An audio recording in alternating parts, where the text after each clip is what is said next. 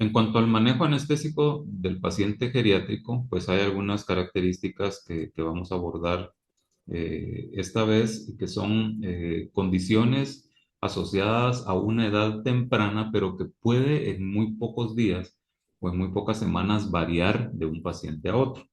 Es decir, que un paciente, digamos, eh, eh, pediátrico, no siempre es un paciente pediátrico, pasa por un periodo de neonato, luego pasa a un periodo de pediátrico y en muy poco tiempo ese paciente lo podemos anestesiar casi o en su totalidad como que fuera un paciente adulto. Para esto, esta subdivisión que yo presento acá es con fines de anestesia, no es con fines nutricionales, ¿verdad? Por donde obviamente es muy diferente, ¿verdad? Digamos, por ejemplo, si hablamos de nutrición, un paciente, un pediátrico, un cachorro va a tener varios meses, ¿verdad?, de desarrollo, pero desde el punto de vista de la anestesia, son periodos muy cortos, ¿verdad? Pero que tienen cambios significativos en cuanto al manejo anestésico. Así que con temas anestésicos podemos dividir al paciente, a los bebés, ¿verdad?, en un periodo neonatal, que son las primeras 2 semanas de vida extrauterina. Es decir, un paciente neonato es aquel que se encuentra en las primeras 2 semanas, antes de que abran los ojos, que es alrededor de los 15 días. Todo ese periodo desde que nacen hasta que abren los ojos, o sea, esas primeras 2 semanas, el paciente es considerado un paciente neonato. Y desde luego que mientras más reciente esté el parto, pues el periodo neonatal va a ser que sean animales que tienen un abordaje anestésico diferente. Yo sé que a todos nos ha tocado en algún momento anestesiar un perrito, un cachorrito de pocas horas de nacido, ¿no? Hay que hacerlo con cierta frecuencia. El periodo pediátrico, en cambio, ya son las siguientes de 3 a 8 semanas, ¿verdad? O sea, estamos hablando de perritos entre las 5 y las 10 semanas de edad. O sea, a partir de la tercera semana hasta la semana 8, estos son pacientes pediátricos. Estamos hablando de 2 meses de edad, ¿verdad? Un poquito más. Por supuesto que esto puede variar de un individuo a otro.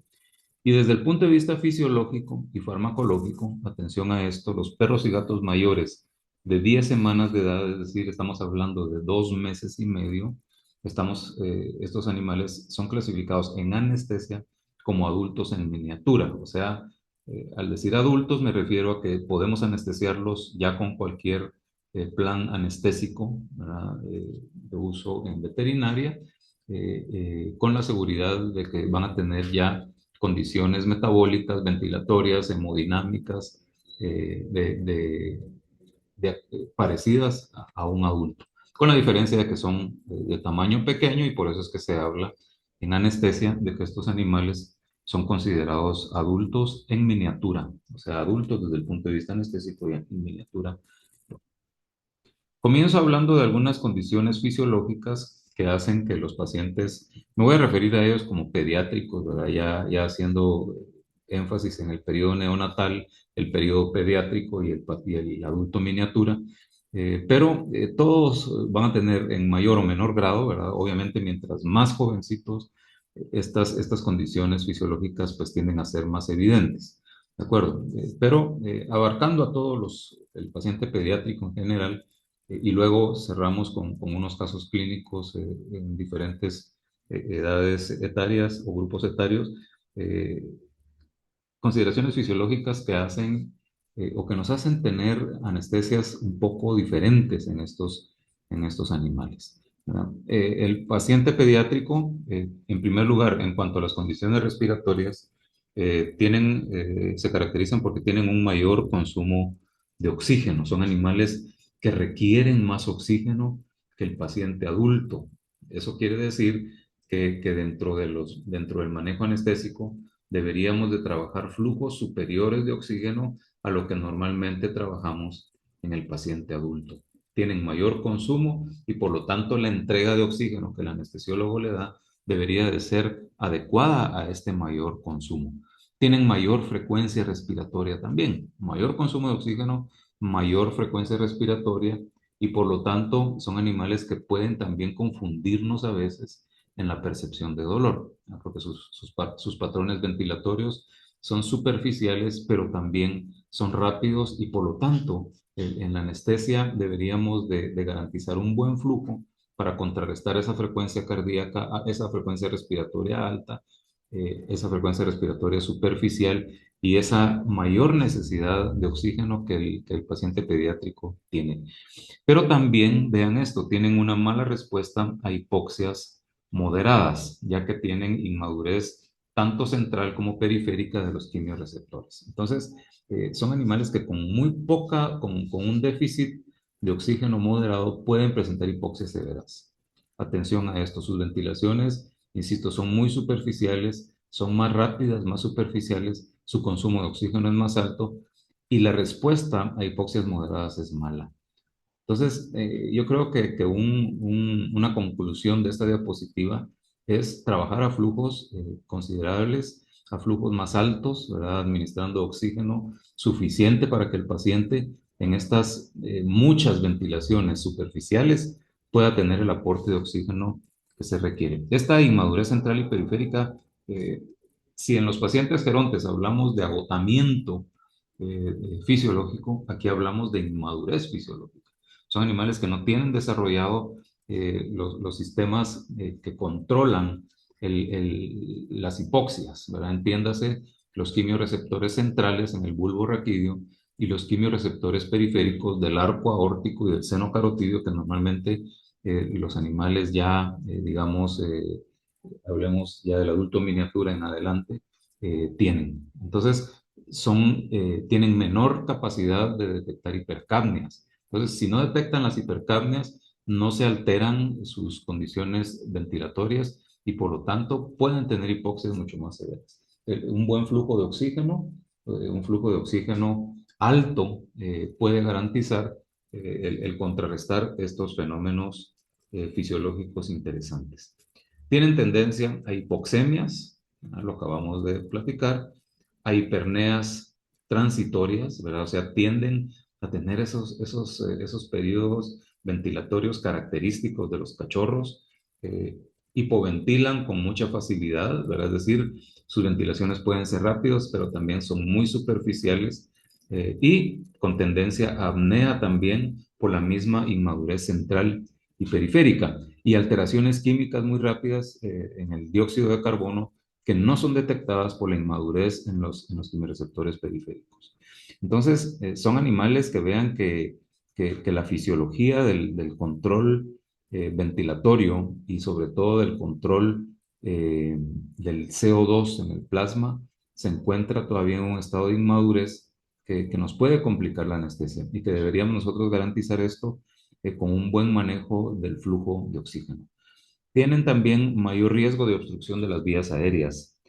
Son animales que debido a la macroglosia que normalmente tienen y la secreción de fluidos de las vías respiratorias superiores, tienen también mayor riesgo de la obstrucción. La lengua en los neonatos es muy grande, de acuerdo a la cavidad oral, y es muy ancha, ¿verdad? Y pueden tener mucha saliva y mucho moco en la vía respiratoria superior. Atención a esto, porque estas consideraciones respiratorias en un animalito muy pequeño, pues sí nos puede causar complicaciones serias durante la anestesia, aunado a ese déficit que tienen del manejo de la hipoxia y del manejo de la hipercapnia por la inmadurez en los quimiorreceptores centrales y periféricos.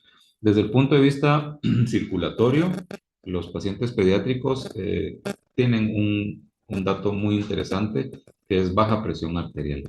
Tienden a tener presiones arteriales inferiores a la de un adulto y muy frágiles. Al decir muy frágiles me refiero a que con mucha facilidad se pueden hipotensar. Se hipotensan más fácilmente y me voy a adelantar un poco debido a esto, debido a que la presión arterial del paciente neonato es dependiente casi de un 100% de la frecuencia cardíaca. Entonces, cualquier alteración en la frecuencia cardíaca, entiéndase de origen farmacológico o de origen vagal, un estímulo vagal muy intenso durante el procedimiento quirúrgico, puede hacer que baje la frecuencia cardíaca y le impacte directamente la presión arterial. Carecen de mecanismos reguladores o de los mecanismos reguladores que normalmente el paciente adulto o incluso el paciente, digamos, a partir de las 10 semanas ya tiene desarrollados, ¿verdad? Me refiero específicamente al sistema neurovegetativo, ¿no? Tanto especialmente el sistema nervioso simpático, en cuanto a la actividad adrenérgica. Entonces, son animalitos que con muy poco pueden tener alteraciones de hipotensión severas. Tienen bajo volumen sanguíneo también. Eso hace que el retorno de sangre al corazón sea muy limitado, ¿verdad?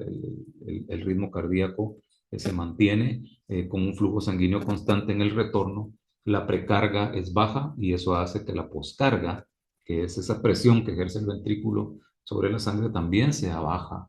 Entonces, todo esto hace que los neonatos mantengan presiones arteriales inferiores a lo normal y con mucha fragilidad. Atención a esto, yo creo que este es el dato más importante en cuanto a la hemodinamia de los pacientes neonatos. Bajo nivel de resistencia periférica, es decir, sus vasos de capacitancia, entiéndase, las arteriolas, tienen poco desarrollo de vasoconstricción. Por lo tanto, son animales refractarios a fármacos o a soportes vasopresores, como el caso de la norepinefrina. Si nosotros normalmente manejamos la norepinefrina como el principal vasopresor durante la anestesia, en animales muy jovencitos, muy pequeñitos, nos hemos encontrado con dificultades en cuanto a esto, porque la resistencia periférica en ellos no es muy buena. Entonces, vean cómo puede impactar baja presión arterial asociada a bajo volumen sanguíneo, lo que causa un retorno venoso bajo y por lo tanto disminución de la precarga, disminución de la poscarga, baja frecuencia cardíaca, o más bien dicho, presión arterial dependiente de la frecuencia cardíaca, incapacidad o poca capacidad de vasoconstriñir los vasos de capacitancia y por lo tanto se vasodilatan con más facilidad y por lo tanto son animales que están muy frágiles. Hemodinámicamente yo creo que es donde deberíamos de poner más atención en los pacientes neonatos. Encima de eso, tienen baja contractilidad miocárdica y también refractaria a inotrópicos por el subdesarrollo o por el poco desarrollo de receptores beta a nivel miocárdicos. Y acá, este bajo nivel de resistencia periférica es por el poco desarrollo de receptores alfa adrenérgicos, ¿no? Alfa adrenérgicos y beta adrenérgicos. Entonces, tienen poca capacidad de vasoconstricción, baja contractilidad miocárdica, bajo retorno venoso por su bajo volumen sanguíneo. Y tienden a compensar, atención, tienden a compensar todos estos déficits fisiológicos que estamos viendo acá con aumentos del ritmo cardíaco, ¿sí? Es decir, que la presión arterial, y por eso señalo nuevamente el punto número 6, la presión arterial es dependiente, me atrevo a decir que mientras más pequeños, casi que un 100% de la frecuencia cardíaca. Entonces, aquí ya nos deberíamos de ir enfocando en cómo vamos a manejar la anestesia en un paciente cuya frecuencia cardíaca es fundamental. Es casi que lo único que mantiene a la presión arterial debido a ese poco volumen sanguíneo, bajo retorno, baja precarga, baja poscarga y esa incapacidad o esa inmadurez de producir una buena vasoconstricción a nivel de arteriolas o vasos de capacitancia y un miocardio hipocontráctil. Entonces, además de lo ventilatorio, yo creo que hemodinámicamente los neonatos es donde más tienden a darnos complicaciones. Lo ventilatorio, pues ya lo analizamos, pero lo circulatorio, pues hago mucho énfasis porque sí podemos tener dificultades en el manejo de esto, ¿verdad? De la presión arterial, debido a que los fármacos, la mayoría o muchos de los fármacos que utilizamos pueden disminuir la frecuencia cardíaca, a veces de forma primaria y a veces por reflejo, eh, pues como lo que nosotros ya hemos platicado. Inmadurez del sistema nervioso simpático. Esto pues obviamente está asociado a esto, ¿verdad? Al bajo nivel de resistencia periférica, el sistema nervioso simpático, bueno, ambos, todo el sistema nervioso neurovegetativo, pero hablo, perdón, del simpático, porque es el que se encarga del mantenimiento de esa capacitancia a nivel de arteriolas, de ese tono vascular periférico que hace que la presión arterial se mantenga, por lo menos en animales mayores de 10 semanas de edad. Bradicardia indicativa de hipoxemia, o sea, vean que tenemos problemas ventilatorios, o sea, mucha tendencia a hipoxemia, y la hipoxemia en los neonatos es una causa de bradicardia. Entonces, debemos de cuidar mucho su ventilación, un alto flujo de oxígeno debido a ese alto consumo. Su patrón ventilatorio es diferente, es restrictivo, es rápido, es superficial y encima de todo el miocardio es hipocontráctil. Entonces, la bradicardia es signo de hipoxemia y por lo tanto, eh, retomo el tema. Importantísimo en ellos, un alto flujo de oxígeno para mantener una buena saturación, no permitir nunca la hipoxemia porque eso nos va a impactar en bradicardia y la bradicardia nos va a impactar en hipotensión. Entonces, debemos de tener muchísimo enfoque en estos temas que estamos platicando de los neonatos. Mayor gasto cardíaco en reposo, ¿verdad? Es decir, que son animales que requieren, o sea, el gasto cardíaco, que es el volumen de sangre que eyecta el ventrículo durante un minuto, durante el reposo, es mayor, ¿verdad? Porque prácticamente al no haber vasos de capacitancia, casi que el miocardio y esa no muy buena fuerza de contracción es lo que mantiene el flujo y lo que mantiene una presión arterial media, una presión de perfusión adecuada a nivel tisular.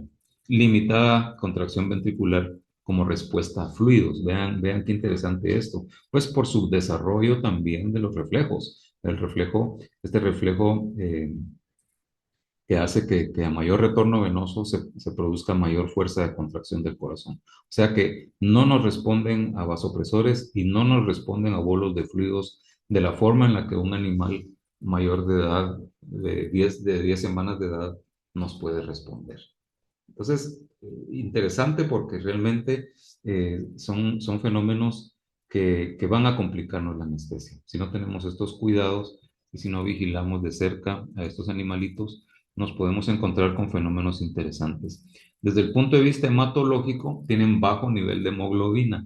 Véanlo, vean cómo todo va enfocado al final de cuentas a lo mismo.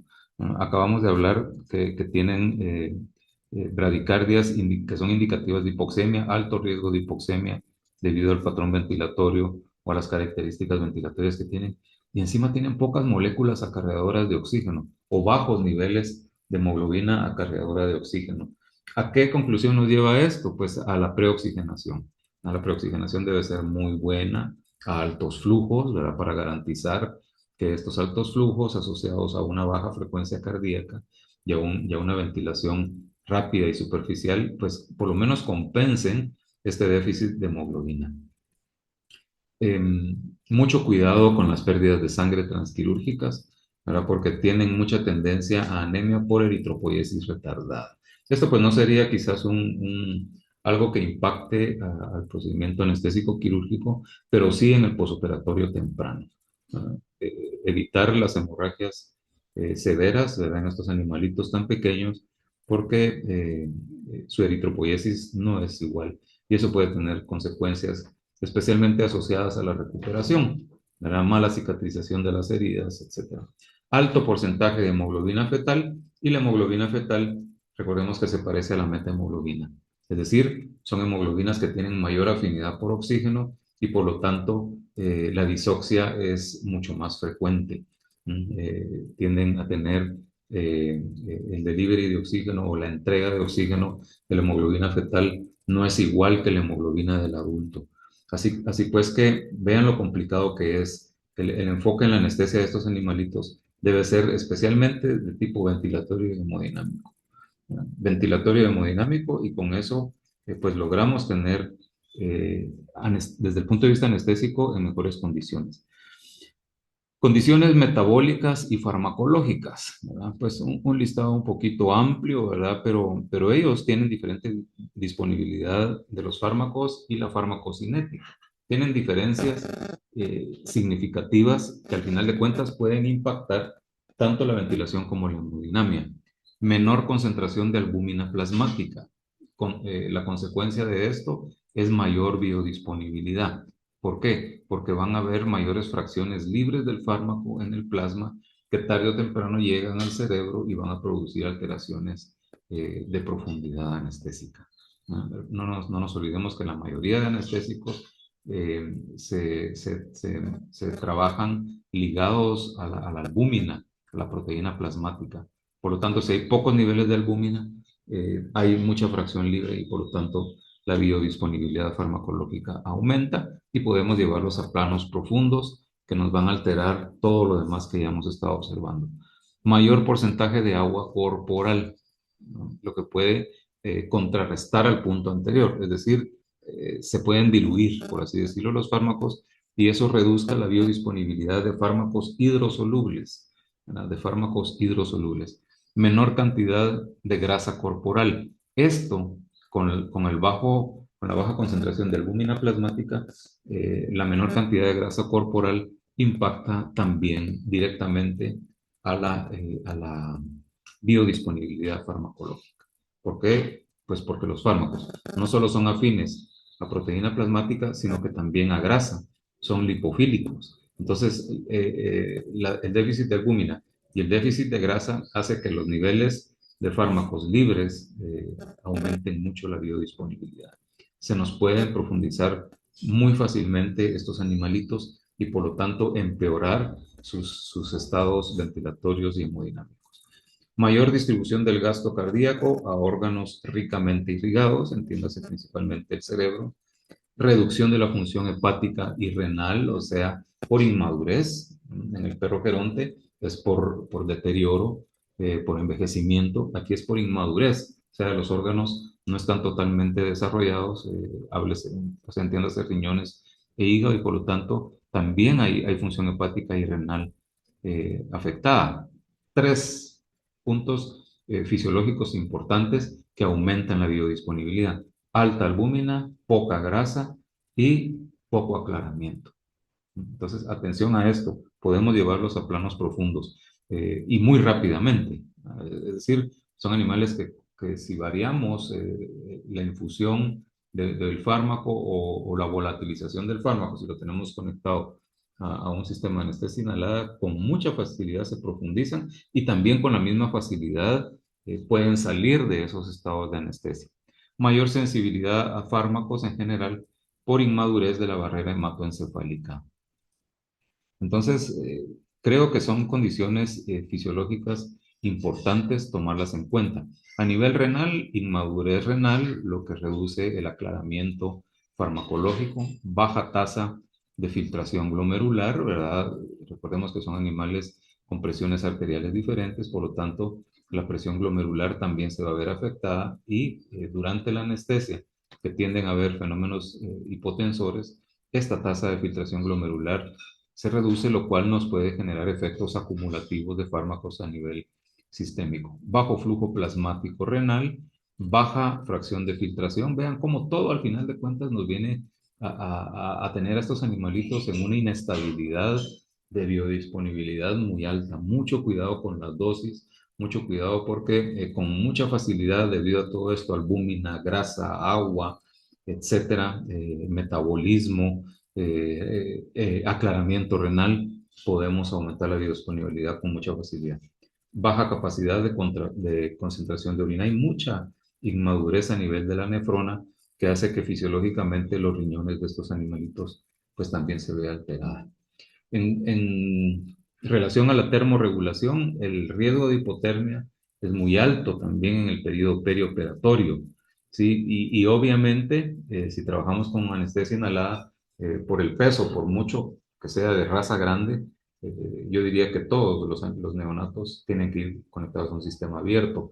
Entonces, la posibilidad de la hipotermia en estos pacientes, en este rango de pacientes, es muy alta. Además de que tienen una gran superficie corporal, los fármacos deprimen la termorregulación, además de que hay inmadurez en los sistemas termorreguladores y tienen reducido el movimiento y los tremores o temblores musculares en la post-anestesia.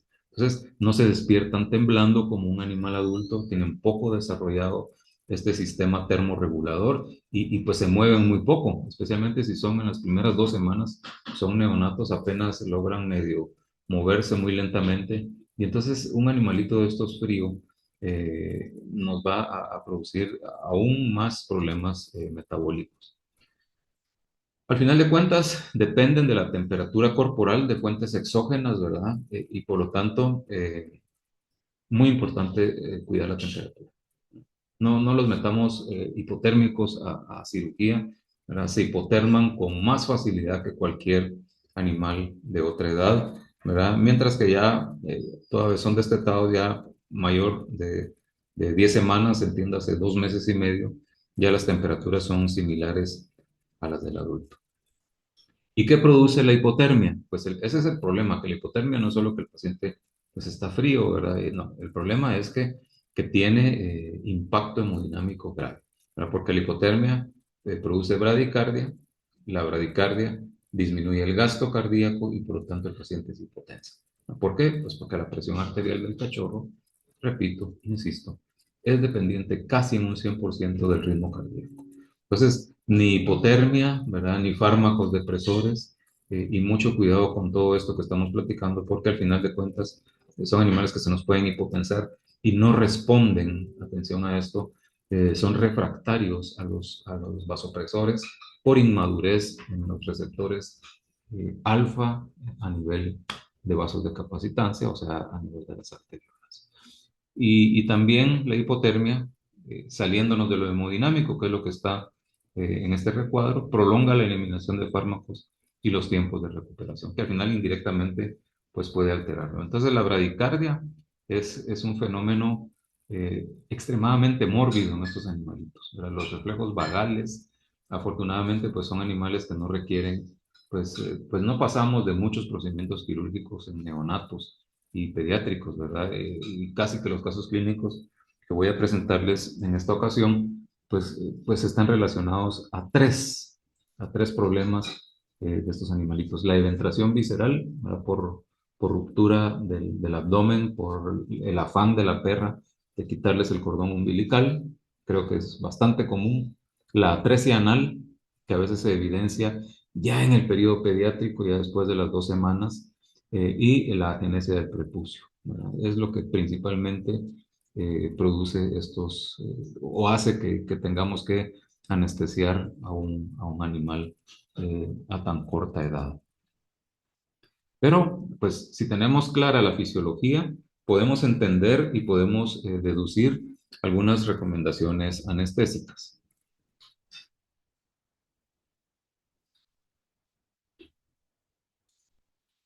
Veamos, entonces, que dentro de estas recomendaciones, uno, el ayuno, ¿verdad? El ayuno es generalmente innecesario antes de la anestesia.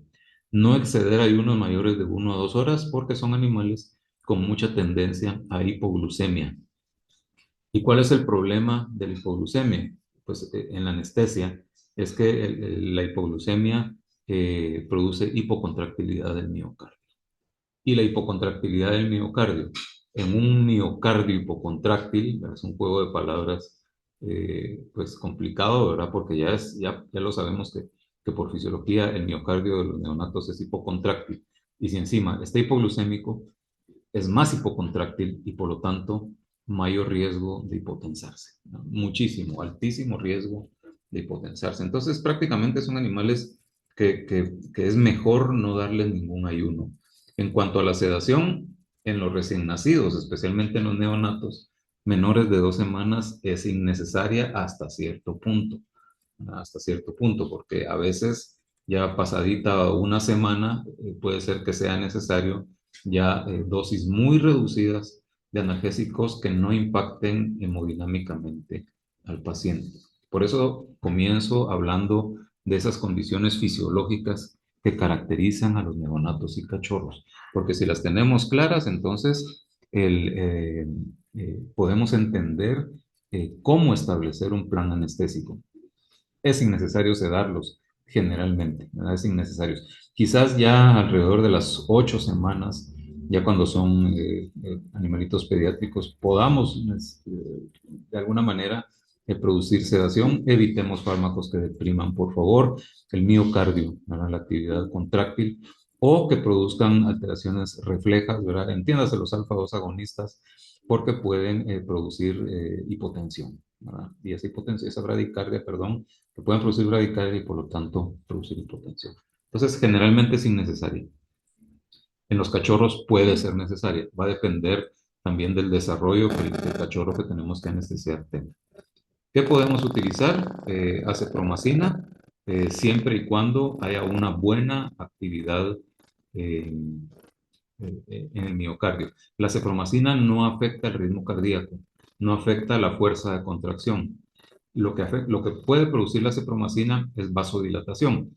La ventaja es que así como no están desarrollados los receptores alfa 1, que son los que producen vasoconstricción, tampoco están desarrollados los receptores alfa 2, que son los que producen vasodilatación. Entonces, al final de cuentas, creo que la cepromacina puede tener poca actividad en cuanto a fenómenos de vasocontracción, ¿verdad? Pero yo preferiría enfocarme quizás en benzodiazepinas, ¿verdad? Me dan mucho más seguridad que la cepromacina, ¿verdad? Alfa 2 agonistas mejor no los utilicemos. Benzodiazepinas creo yo que sería, digamos, en primer lugar, y en segundo lugar, acepromacina, siempre y cuando haya una buena actividad contráctil en el miocardio. eh, Requieren metabolismo hepático, ¿verdad? Desde luego, dentro de las benzodiazepinas, sin lugar a dudas, yo recomiendo el midazolam, ¿no? Debido a que el impacto metabólico es mucho menor al diazepam, pues que sí puede tener más peso metabólico. Usar siempre las dosis bajas, si se requieren reducirlas, deberíamos reducirlas, y recordemos que la duración del efecto puede prolongarse en algunos individuos por metabolismo, por aclaramiento, por hemodinamia, etcétera, ¿verdad? Entonces, puede que las dosis altas, perdón, las dosis bajas sean necesarias para alcanzar buenos niveles de sedación ya en animalitos mayores de las 4 semanas, ¿verdad? 3 o 4 semanas, pues puede ser que lo necesitemos, entonces evitarlo, ¿verdad? El uso de, el uso de opioides puede ser bueno también, ¿verdad? Porque tienen poco impacto hemodinámico, ¿verdad? El uso, por ejemplo, de fentanil en la preanestesia combinado con midazolam podría ser muy seguro, ¿verdad? Debido al poco daño que puede causar a la hemodinamia. Los alfa-2 agonistas están contraindicados, ¿verdad? Especialmente en perritos menores de 8 semanas de edad. Aquí les explico a través de este algoritmo qué pasa con los agonistas alfa-2, principalmente chilacina. Quizás la dexmedetomidina tiene menos incidencia en cuanto a esto, pero pues podría ser. Los agonistas alfa-2 producen bradicardia, ¿verdad? Con respuesta anticolinérgica. Entonces, esta bradicardia generalmente es refleja, debido a que también tienen actividad en alfa 1 y eso puede producir un reflejo parecido al reflejo de Cushing, ¿verdad? Que es la respuesta a la actividad en alfa 1 que produce una bradicardia refleja que puede incluso llegar a producir bloqueos y es lo que menos debemos buscar en un neonato, especialmente en un neonato, en un cachorro también, pero en un neonato porque podemos hipotensarlos severamente. Además, aumenta la resistencia vascular sistémica, ¿verdad? Lo cual aumenta la poscarga del paciente y tienen incapacidad para aumento del volumen sistólico y por lo tanto el gasto cardíaco se va a ver disminuido en el caso del uso de agonistas alfa 2. Entonces, ese es un grupo de fármacos que están contraindicados en estos pacientes. Por otro lado, los opioides pueden producir bradicardia también que se podría contrarrestar con anticolinérgicos, ¿verdad? Como la atropina en caso de llegar a darse. Considero que la bradicardia es poco importante en los opioides, ¿verdad? Principalmente puede entender fenómenos ventilatorios, disminución de la profundidad ventilatoria o incluso llegar a producir apnea si se ponen intravenosos, ¿verdad? O sea, sí producen depresión ventilatoria y pueden producir bloqueos atrioventriculares hasta de segundo grado. Tanto la bradicardia, más que bradicardia, yo hablaría quizás de una disminución de la frecuencia cardíaca, y esto es poco común. Yo creo que el principal impacto de los opioides en la anestesia es depresión respiratoria, pero dan más seguridad hemodinámica, ¿verdad? Mucho más seguridad hemodinámica que usar, por ejemplo, dexmedetomidina. La mejor opción para la inducción de un animalito tan pequeño es los anestésicos inhalados, ¿verdad? Si tenemos acceso a fármacos como por ejemplo el sevoflurano, pues vamos a tener una inducción mucho más suave, mucho más rápida, en menor tiempo y que requiere pues obviamente requiere de un equipo especializado, ¿verdad? O sea, si vamos a dar inducción con gases, yo recomiendo el sevoflurano, pues si no lo tenemos, pues tendrá que ser el isoflurano. La ventaja es que en un animalito recién nacido, como el que vemos en esta imagen, el desarrollo de receptores olfatorios también es muy precario, ¿verdad? No tienen desarrollados eh, receptores olfatorios que puedan hacer que haya rechazo hacia el olor intenso, el olor etéreo que tiene el isoflurano. La diferencia está en el tiempo, ¿verdad? El sevoflurano en muy pocos, a veces en segundos, con el sevoflurano podemos tener un animalito de estos en una profundidad anestésica adecuada. Y no olvidarse del flujo, ¿verdad? Si yo normalmente en un sistema abierto como este, a un perro pequeño le doy 1 litro por minuto, pues mejorarlo, ¿verdad? Y darle hasta 2 litros por minuto. Eh, entonces, es la mejor opción. La inducción, los cambios en la profundidad y la recuperación son muy rápidos en los cachorros. Miren, en segundos el cachorro está en un plano profundo y al quitarle la mascarilla, también en pocos segundos están despiertos, ¿verdad? El intercambio alveolar es más rápido, ¿verdad? Y por supuesto que esto va a requerir de una vigilancia pues mucho más estrecha, ¿verdad? Viendo especialmente no solo lo ventilatorio, sino lo hemodinámico. Agentes inyectables, como por ejemplo combinaciones de alfa-2 agonistas con ketamina, xilacina ketamina o dexmedetomina ketamina, o la combinación de solazepam con tiletamina o incluso el propofol, no se recomienda en animales menores de 4 semanas de edad, ¿verdad? Son fármacos que pueden producir mucha depresión hemodinámica y mucha depresión ventilatoria. En estos perritos tan pequeños, yo creo que lo único que nos queda es inducir con gases, ¿verdad? Por lo menos en menores de 4 semanas. A lo mejor ya entre la tercera y la cuarta semana ya podemos usar dosis bajas de algunos de estos, pero mucho cuidado, ¿verdad? Mucho cuidado con la hipotensión que podemos producir. En mayores de 8 a 10 semanas, o sea, de 2 meses a 2 meses y medio, ya pueden ser anestesiados con lo mismo que un adulto. Ya son adultos pequeños o adultos en miniatura, pues que requieren casi que el mismo tipo de fármacos. Con respecto a la fluidoterapia, eh, no podemos operar a esos animales sin acceso venoso. Bueno, un neonato pues es prácticamente imposible el acceso venoso, pero ya en animalitos mayores de 2 semanas, por ejemplo, 2 o 3 semanas, deberíamos de tener un acceso venoso. Puede ser intravenoso o puede ser intraóseo en la fosa subtrocantérica, usando un catéter de mediano a grueso calibre en la fosa subtrocantérica, pues tiene una buena dinámica. Yo prefiero la vena, ¿verdad? Porque pues es menos invasivo y es menos traumático. Eh, pero si es necesario una intraósea, pues deberíamos de hacerlo. La ventaja es que los huesos de estos perritos pues tienen mucha esponjosa y entonces es relativamente fácil llegar a la médula y tener una buena dinámica de fluidos. Pero yo prefiero la vena, ¿verdad? Es menos invasiva. Desde 4 hasta 10 mililitros por kilo por hora, ¿verdad? Para contrarrestar la pérdida de agua, la pérdida de sangre y prevenir la hipotensión, ¿verdad? Aunque no hay una buena respuesta al retorno venoso ni una buena respuesta hemodinámica a los fluidos, pero sí debemos mantener la vena abierta, ¿verdad? Para poder incluso medicar al paciente y mantener una mejor retorno al corazón y en la medida de lo posible una mejor precarga y poscarga. Aislarlos de superficies frías. Recordemos que la hipotermia impacta a la hemodinamia de estos animales, los hipotensa mucho. La temperatura ambiental adecuada, el quirófano sin aire acondicionado, ¿verdad? O a una temperatura pues, agradable, pero que no enfríe más al paciente. mínima exposición de vísceras abdominales, cuidado especial con neonatos que han sido con eventración visceral por ruptura del abdomen por parte de la misma madre.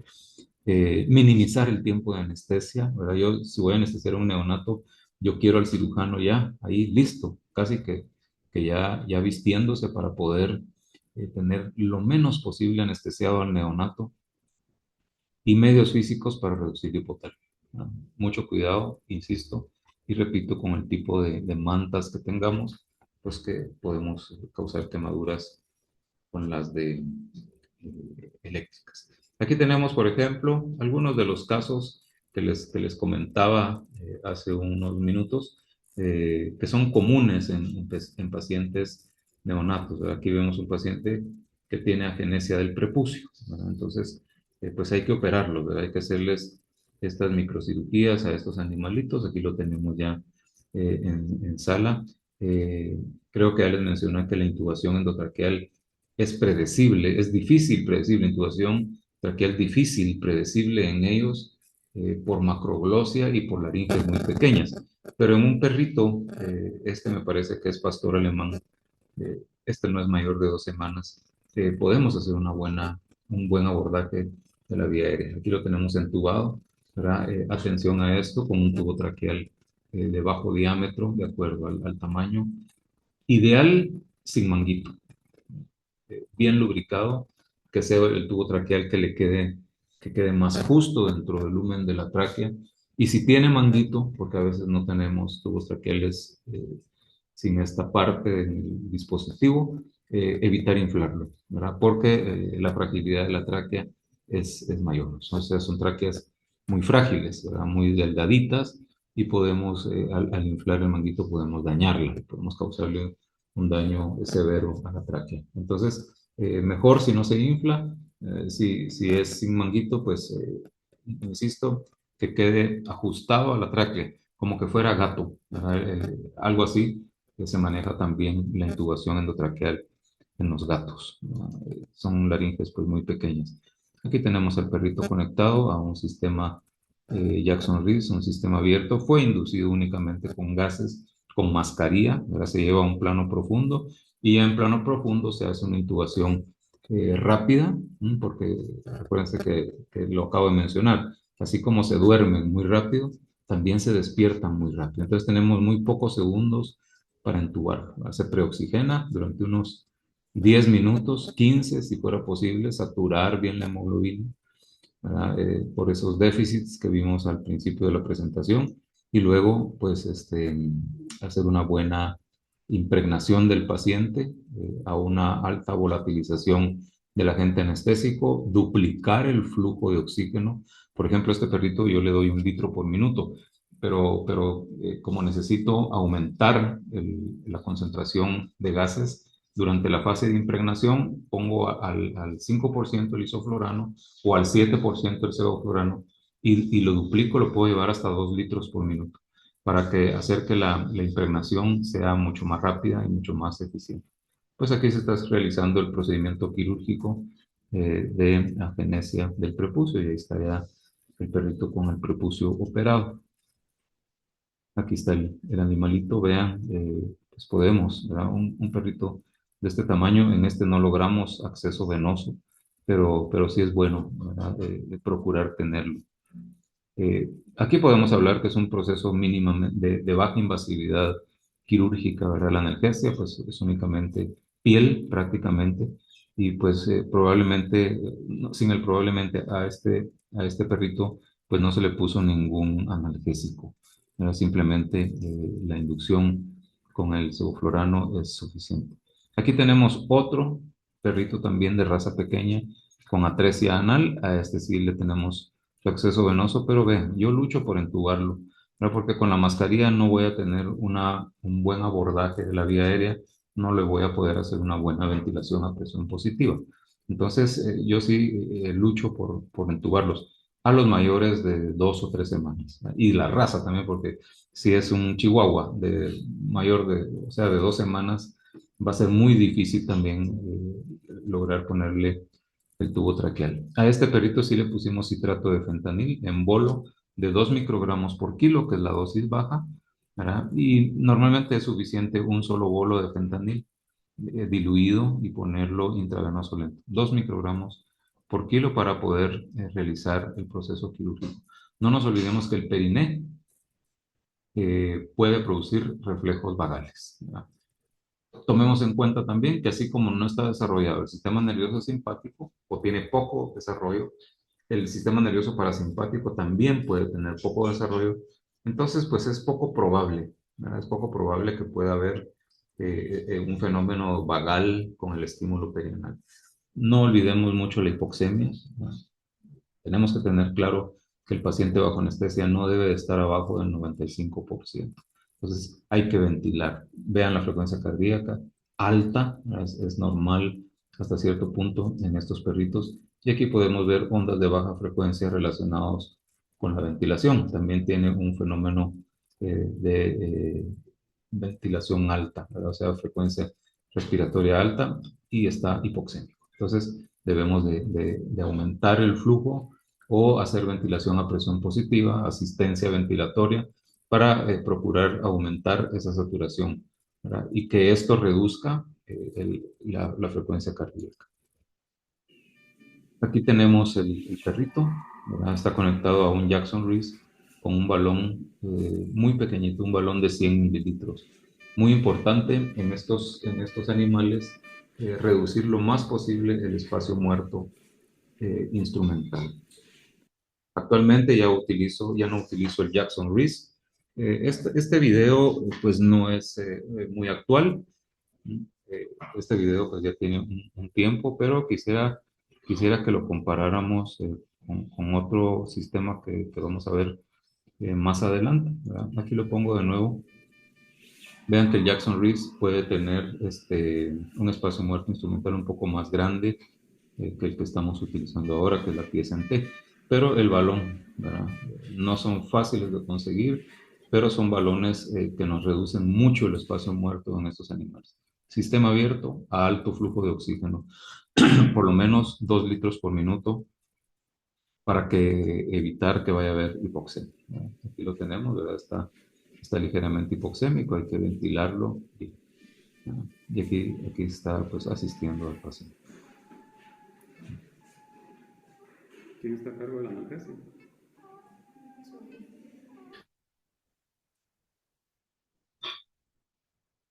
Aquí lo vemos ya eh, en el postoperatorio.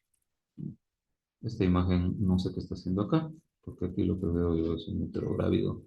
Se me fue. No es una imagen asociada a esta presentación. Aquí ya está operado, ya salió del procedimiento quirúrgico.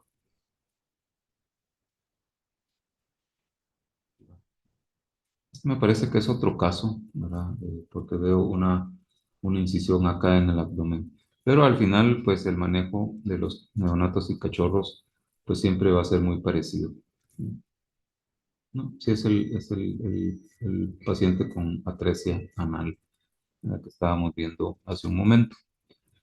Aquí tenemos otro neonato, ¿verdad? Aquí sí la ruptura umbilical y eventración visceral común en pacientes neonatos.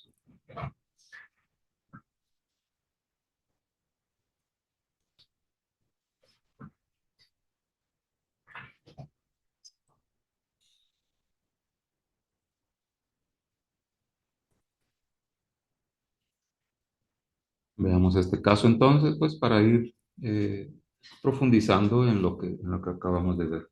24 horas de nacido, ¿verdad? Con eventración de vísceras. Son un reto, ¿verdad? Porque estos animalitos normalmente ya la perra ya después de varias horas los ha desechado. Pues los dueños de este perrito tuvieron mucho cuidado, lo tuvieron a una buena temperatura, porque el principal problema en estos animales tan pequeños es la hipotermia, ¿verdad? Es la sepsis que puede darse también.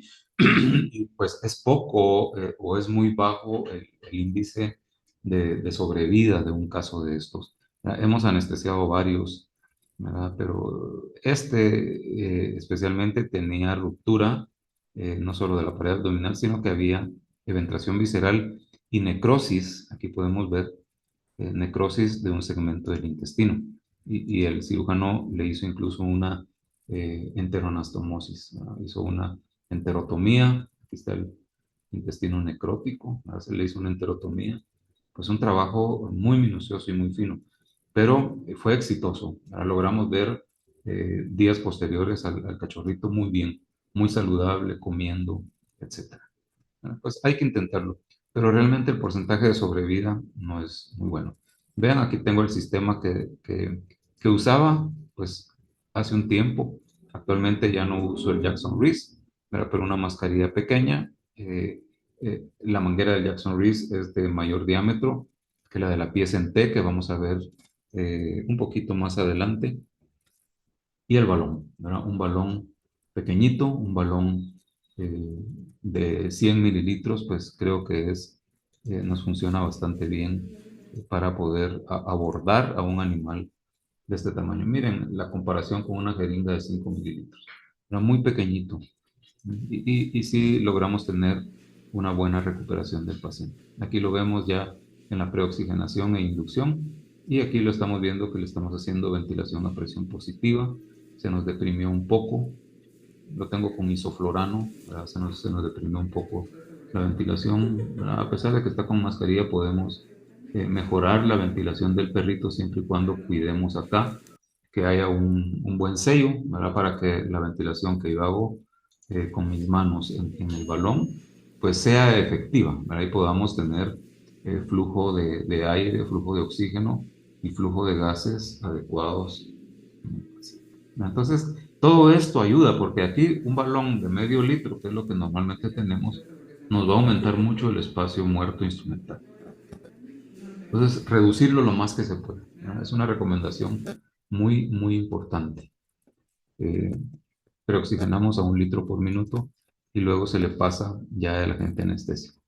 Aquí estamos preoxigenando, aquí ya está en hipnosis el perrito, ¿verdad? Se hace un rápido embrocado, no se olviden entrar lo más rápido posible al quirófano, ¿verdad? Porque aquí podemos producir mucha depresión si esperamos mucho tiempo. La inducción con isoflurano al 5%, duplicando el flujo, ¿verdad? En este caso, pues le dimos hasta 2 litros por minuto. Aquí está ya el perrito, aquí está ya en hipnosis, véanlo bien relajado, y aquí ya está en quirófano, en los segmentos necróticos de intestino. Pues fue una hazaña quirúrgica, la verdad. Y el trabajo con instrumentos muy finitos, casi que de oftalmología, ¿verdad? Bueno, de oftalmología, ahí con la ayuda de lupas para poder hacer una mini enterotomía. Pero se logró, ¿no? Se logró sacar adelante, se nos deprimió y le estuve dando ventilación a presión positiva también durante la anestesia. Imposible entubarlo, ¿no? Este animalito ni siquiera lo tuve. Por eso hay aquí un asistente que le está pues, sosteniendo la mascarilla en la boca al perrito, pues una buena administración sin analgésicos. Usamos ningún analgésico, soplorano, un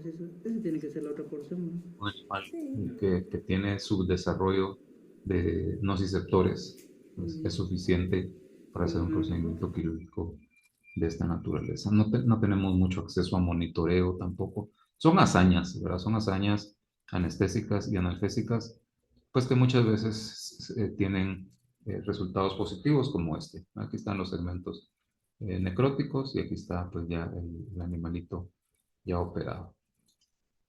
Aquí tenemos otro. Este fue la semana pasada, déjenme ver, o el lunes de esta semana, o sea, hace 4 días o 5 días. Un paciente, otro con atresia anal, pues ya utilizamos sistemas un poquito diferentes a los que estamos viendo, ¿verdad? La atresia anal pues tiende a ser algo común, pero que el propietario lo observa ya después de 1 o 2 semanas. Este perrito tenía o tiene, porque se recuperó muy bien, 2 semanas de nacido, de raza Pitbull, me parece. Entonces, además de esto, el perrito ya tenía una fístula rectovaginal, una hembrita, la con fístula rectovaginal. De hecho, lo que el dueño le llamó la atención es que tenía salida de materia fecal a través de la vulva. Eso fue lo que le llamó la atención y fue el motivo de consulta. Se vio que había una atresia total del ano y ya había una fístula, pues por donde tenía, la materia fecal estaba saliendo a nivel vulvar. Así que pues se realizó el procedimiento anestésico quirúrgico de este perrito, con atresia anal, 2 semanas de edad y fístula recto vaginal. Logramos hacer el acceso venoso, ¿verdad? Logramos darle fluidoterapia. Aunque no hay una buena respuesta a fluidos, estos perritos deben entrar muy bien. Ya a esta edad, el dueño también reportó pues que había disminuido la ingestión de alimentos, ¿verdad? Ya tenía pues mucho acúmulo de heces, por mucho que había una fístula, pues la evacuación no era normal, ¿verdad? De ningún punto de vista. Y también le dimos analgesia perioperatoria, ya a las 2 semanas ya les duele, ¿verdad? Menos de una semana no hay sensibilidad, pero ya de 2 semanas en adelante, pues ya puede haber dolor. Entonces a este perrito particularmente, pues sí nos sirvió tener el acceso venoso para poder administrar analgesia. Y también el soporte vasopresor. Nos llamó la atención, ¿verdad? Y por eso reporto este caso, que no solo es muy actual, sino que también nos llamó la atención algo que está descrito como que no funciona. Y me refiero específicamente a esto, al soporte vasopresor, porque sí se nos deprimió la presión arterial y respondió perfectamente a la norepinefrina. O sea, hay que intentarlo, ¿verdad? Porque si bien sabemos que fisiológicamente a esta edad aún no hay un buen desarrollo de los receptores a nivel de vasos de capacitancia, pues en este animalito pues demostramos que sí funciona, ¿verdad? Y logramos tenerlo bastante normotenso.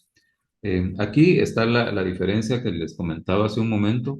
En la preoxigenación utilizamos pues un sistema abierto, pero no utilicé el Jackson Reese, sino que utilicé este, que es la pieza en T, que es ideal por el diámetro que tienen los componentes, es ideal para animales tan pequeñitos como este. Y nuevamente un balón de 100 mililitros para reducir aún más el espacio muerto instrumental. Esta fue la manguera que utilicé para la anestesia de este perrito.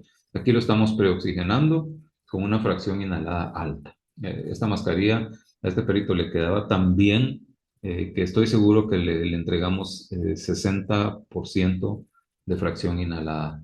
Eh, Colaboran mucho, ¿verdad? No dan mayor rechazo a la mascarilla, ¿verdad? Como un animal ya más grande que ya no les gusta, ya la rechazan. Pues él se dejó preoxigenar, le dimos 15 minutos de preoxigenación. Tomémonos el tiempo necesario, pues como ellos se dejan bien, tomémonos el tiempo necesario para cargar bien la hemoglobina que estos perritos puedan tener. Eh, a esta edad, pues todavía hay restos de hemoglobina fetal, y entonces el delivery o la entrega de oxígeno puede ser deficiente. Entonces, el garantizar una buena saturación de hemoglobina, pues nos va a dar mayor éxito durante la anestesia. Entonces, utilizar los instrumentos adecuados, el tiempo correcto, el flujo, ¿verdad? Aquí no está, pero le dimos un flujo de 2 litros por minuto durante la preoxigenación. Sistema abierto a 2 litros por minuto, pues es un flujo bastante alto. Aquí lo estamos preoxigenando. Vean la pieza en T. Está polipneico,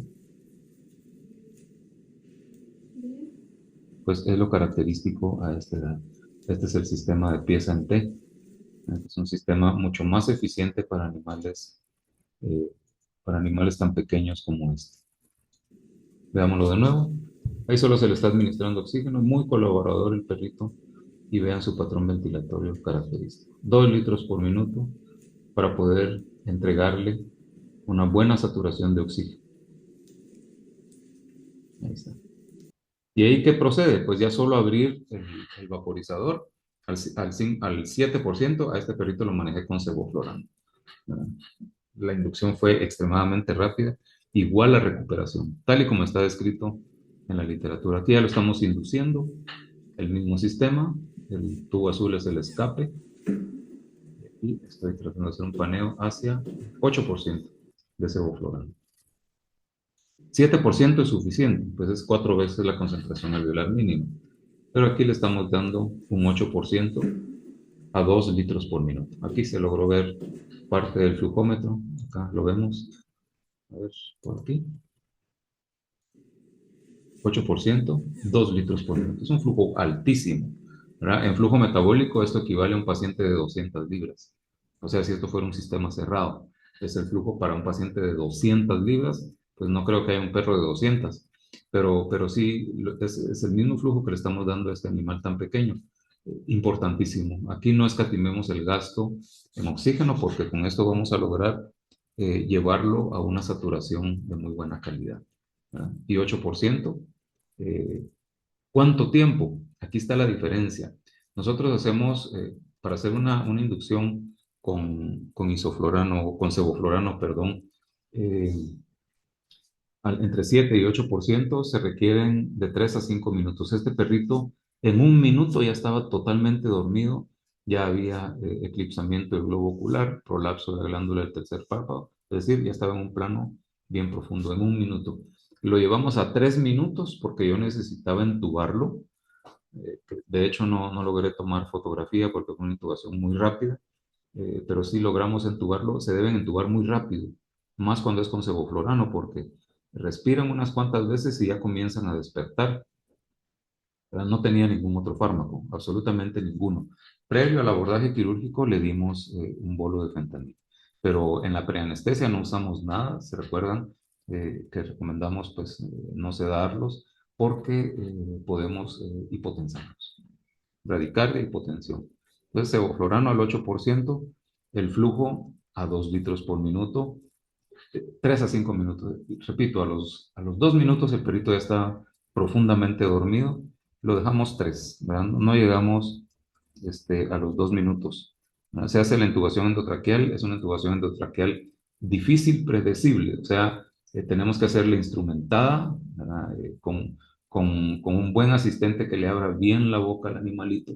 La lengua es muy grande, es muy ancha, ¿verdad? Tienden a tener moco en la vía respiratoria superior, pero se abordan, ¿verdad? Se abordan bien. Y estaba, miren, normoxémico. Aquí estamos, ya desechamos la mascarilla, ya se conecta esto y volvemos a impregnar, ¿verdad? Porque con 2 o 3 exhalaciones, la saturación plasmática del sevoflurano casi que se va a cero.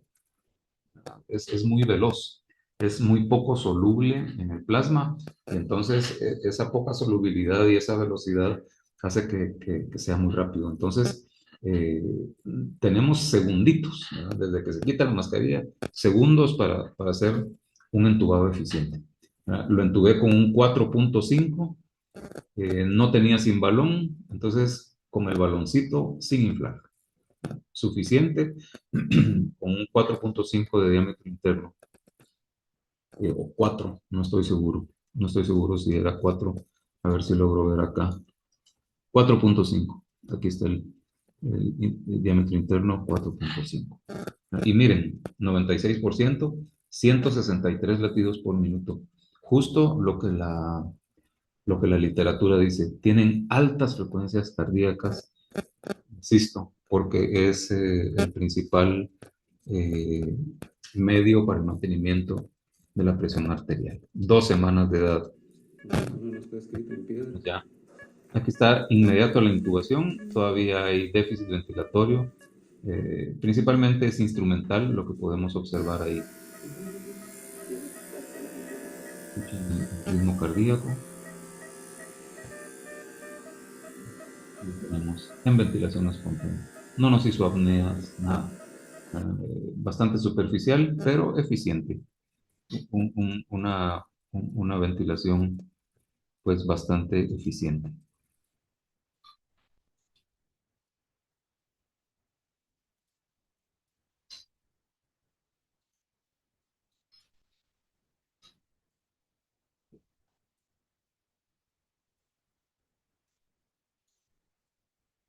A ver si logramos ver nuevamente estos videos. Son videos muy cortos, pero no está escrito en piedra. Aquí está hipoxémico todavía, ¿verdad? Es instrumental, les decía, porque inmediato a la inducción, pues hay errores de lectura, ¿verdad? Pero aquí lo tenemos ya, 96% de saturación, ¿verdad? Y ya está en ventilación espontánea. Sevoflurano. Lo prefiero para esto, ¿verdad? Hipotensa menos, menos depresión del miocardio. No nos olvidemos que el miocardio de estos animalitos tiende a ser hipocontráctil, ¿verdad? Tiende a ser hipocontráctil. Entonces, estos sistemas, eh, administrando sevoflurano en estos sistemas, están mucho mejor. La gran ventaja de la pieza en T, esta pieza, la que tiene mi asistente en la mano, es la que le da el nombre a este sistema. Es una T, aquí está invertida, ¿no? Pero es una T, de donde aquí va el reservorio de 100 mililitros y esta es la válvula de alivio y el azul es el tubo de escape. 2 litros por minuto, sevoflurano. Me parece, me pareció un muy buen abordaje. Eh, Logramos monitorear pulso oximetría, logramos ver electrocardiografía también, le pusimos, acá lo tiene en el pliegue inguinal, pero aquí adelante, aquí medio se logra ver, lo pusimos en los deditos, eran en los dos miembros torácicos, y logramos tener un buen monitoreo del electrocardiográfico, el pulso oxímetro en la lengua, logramos medir presión arterial también, ¿verdad? Esto fue hace 3 o 4 días, la ventilometría y la temperatura, ¿verdad? Aquí tiene su termómetro esofágico. Entonces, eh, esforcémonos por tener un alto nivel de monitoreo en estos animalitos. Utilicé analgesia, les comento, eh, lo llevamos a plano profundo ya en el quirófano, ya en el decúbito solicitado por el cirujano, que fue el decúbito ventral, y sintió los sensores en los deditos. Imagínense. O sea, ¿qué me indicó a mí esto? Pues que ya, a pesar de que solo eran 2 semanas, ya había desarrollo del sensorio. Entonces, ¿cómo no iba a sentir el procedimiento de la corrección de la 13 anal? Entonces se le puso un bolo de fentanil, uno, el cirujano operó muy rápido. Hago una observación, un bolo de fentanil en un animalito de esta edad nos va a dar de 20 a 30 minutos de buena analgesia, ¿verdad? 2 microgramos kilo, que es la dosis baja, ¿verdad? La dosis inferior de fentanil para el manejo de la analgesia transoperatoria. Un bolo intravenoso de 2 microgramos justo antes del abordaje quirúrgico, ¿no? Porque entonces optimizamos este escaso tiempo que estos fármacos pueden tener. Aquí se ven, ¿no? Aquí se ve en la manita derecha el electrodo del electrocardiograma, eh, el termómetro, el oxímetro, la manguera de la presión arterial y estoy viendo algo. 3,5 es el diámetro interno del tubo traqueal, muy pequeñito. Procuren tener tubos traqueales. Yo tengo del 2 al 11 para todos, porque pues tráqueas hay de todo tipo en eh, en la amplia variedad que tenemos de pacientes pueden ser muy pequeños o muy grandes. Miren esto, perfectamente saturado, el ritmo cardíaco alto, pues es esperable en estos animalitos, una buena frecuencia cardíaca, interferencia, pues no es un electrocardiograma limpio, ¿verdad? Había mucha interferencia, no sé si será ruido muscular, pero más parece interferencia, ¿verdad? Posicional muy frecuentemente. 180, y miren esto, el paciente con una hipotensión diastólica, con tendencia a hipotensión diastólica. Ok, ¿y qué me dice la teoría? Pues la teoría me dice que son refractarios a la norepinefrina. Pues no le hice caso. Ahí le puse norepinefrina y me dio una muy buena respuesta. Frecuencia cardíaca alta, 156. Morfología electrocardiográfica normal, no hay alternancia eléctrica.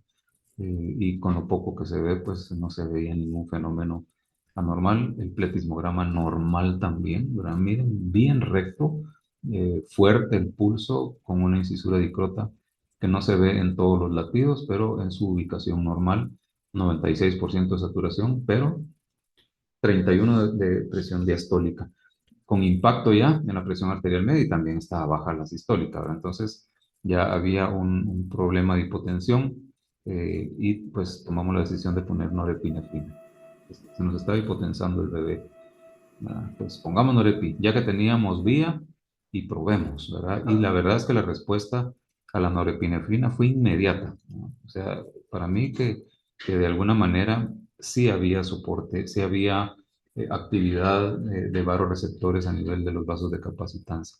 Usamos una solución de 0,2 mililitros de norepinefrina a 1 miligramo por ml, 0,2 mililitros en 100 ml de Harman o solución salina, el que ustedes quieren, y trabajamos en microgota a efecto. Esto lo vamos a ver cuando veamos temas del manejo de la hipotensión transoperatoria.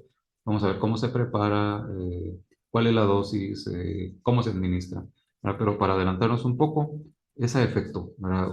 Pues por lo menos es lo mejor. Ya veremos más adelante por qué. Microgota a efecto, es decir, damos microgota y vemos presión arterial en seriadas, mediciones seriadas de presión arterial hasta que mejore, ¿verdad? Y si se hipertensa, pues le bajo la gota o se la quito, y si no, pues la dejo ahí. Y es lo que nos pasó, ¿verdad? Miren la respuesta, y fue en pocos segundos, ¿verdad? Nos subió a 133 de sistólica, 81 de diastólica. Ya se estaban, pues esta, lo más, 110 milímetros de mercurio de presión arterial media. Entonces lo que hice fue, primero se lo bajé y no me mejoró y le suspendí el goteo. Y en lo que yo hacía todo esto, el cirujano operó. Esto es un artefacto, no es ningún extrasístole ni nada. Pero a lo que yo quiero llegar con esto es que hubo respuesta al soporte vasopresor, pues, a pesar de la edad, de 2 semanas, y que en teoría hay poco desarrollo de receptores alfa agonistas a nivel de vasos de capacitancia, pues vimos lo contrario. Vimos que sí hubo una buena respuesta, buena oximetría, 13 ventilaciones por minuto. Interesante, el pacientito este pues estuvo muy bien. No estuvo más de media hora en plano profundo, ¿verdad? Y se normotensó, ¿verdad? Pues todavía quedó con la diastólica, con un poco de tendencia a la hipotensión, pero fue pues pasajero. Ahí está. El ritmo cardíaco alto, pues hay que aprender a convivir con esto. A veces pareciera que hay dolor, pero 12 respiraciones por minuto, estaba re bien, 11, me reporta acá. O sea, no había dolor. No es el problema, es la fisiología, ¿no? Porque la presión arterial, insisto, repito, ya lo mencioné varias veces, es dependiente de esto, ¿no? Entonces, muy importante evitar que baje. Aquí tenemos, vean, en ventilación espontánea, ventilación superficial, y aquí el sistema que utilizamos, el sistema abierto con una pieza en T. Aquí está un poquito alta la frecuencia respiratoria, creo que fue al principio en el que aún no habíamos puesto, sí está operando el cirujano, ya está operando, creo que ya está suturando. Entonces, muy probablemente fue al final, a lo mejor ya estaba pasando el efecto del fentanil, ¿verdad? Pero se recuperó muy bien, ¿verdad? El problema que tuvimos con este perrito es que al despertar se quería defecar, ¿verdad? Y entonces tuvimos que dormirlo de nuevo. Le volví a poner la mascarilla de sevoflurano y en 2 minutos se le logró hacer un pequeño enema, ¿verdad? Y evacuó una cantidad bastante considerable de materia que se había acumulado, y pues bueno, el perrito se recuperó bastante bien. Aquí lo tenemos ya en esta fase